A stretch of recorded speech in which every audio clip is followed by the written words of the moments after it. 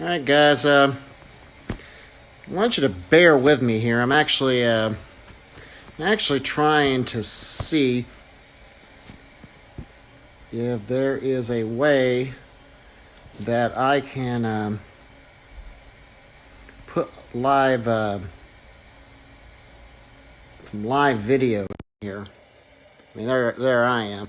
Uh, there's got to be a way. Maybe somebody knows here in the chat. I'm trying to figure out how to. I'll just switch around. Trying to figure out how to put a video in on this live stream from my phone here, because I have a video loop. I've shared it. I wanted to maybe explain it to people a little bit more in what I'm seeing here with Hurricane Dorian.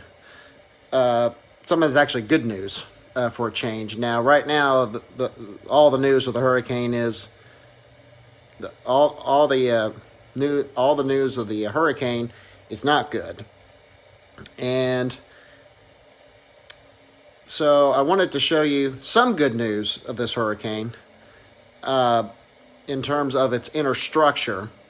But basically, I don't see how I can bring that video up in here. Maybe you have to do that off the desktop or something. Well, anyway, what I have noticed is that on the microwave imagery, it shows an outer eye wall beginning to form. Now, those form in the most intense hurricanes, and usually what happens is there'll be some type of small scale or mesoscale or a boundary that gets caught up in the circulation of these storms, and they essentially become kind of an outer band, if you will, so to speak. And then after time, because the hurricanes are so intense, that outer band begins to become dominant. It steals what we call angular momentum away from the inner core and causes the inner core to shrink and then eventually collapse, and then the outer core takes over and becomes the new core, so to speak. And the only problem with that is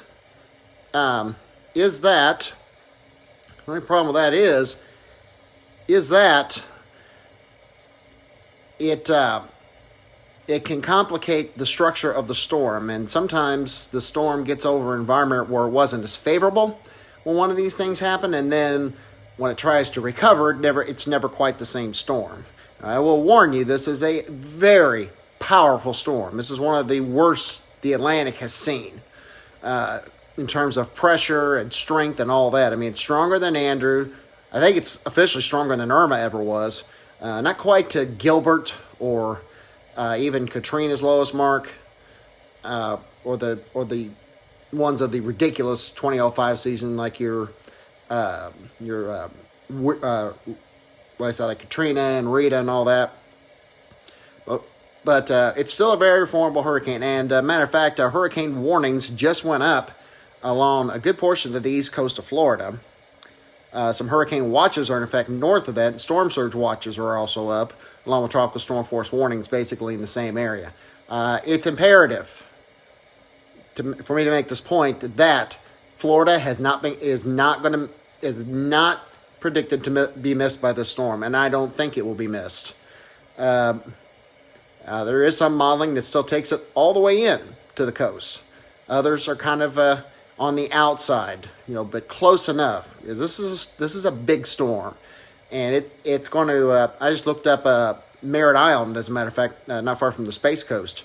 Looked at their forecast by their local office here for the next few days, and all the way from tomorrow evening into Wednesday, they're going to experience tropical storm force and or hurricane force winds. Now, either of those are weaker winds. You get 75 plus mile an hour winds for days at a time like that with all that rain, wind-driven rain, plus you got the storm surge coming in, which could be 10 to 15 feet above. That's not a good situation. And when you have a system that is slowing down like this too, eventually it'll upwell the colder waters, and that could also weaken it. There's also a trough that's going to be approaching it, which also could do some shear, which would weaken it.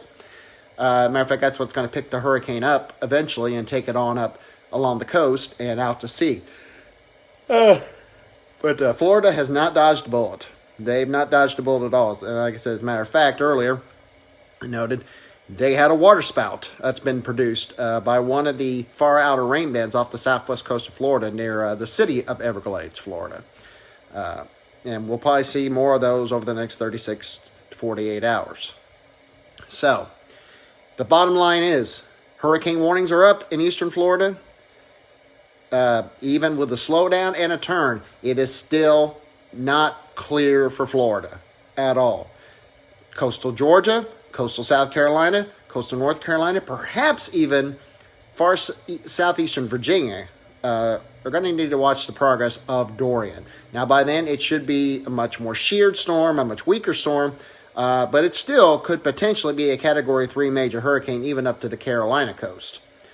But that's all we know. That's all at this time that we know for sure.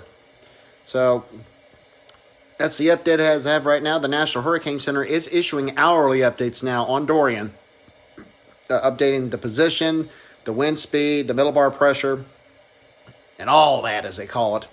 And as a matter of fact, it is 5:46 here. So in the next 15 minutes, the Hurricane Center will put up another update for the stats on Hurricane Dorian. One of the strongest hurricanes that the Atlantic Basin has seen in recorded history.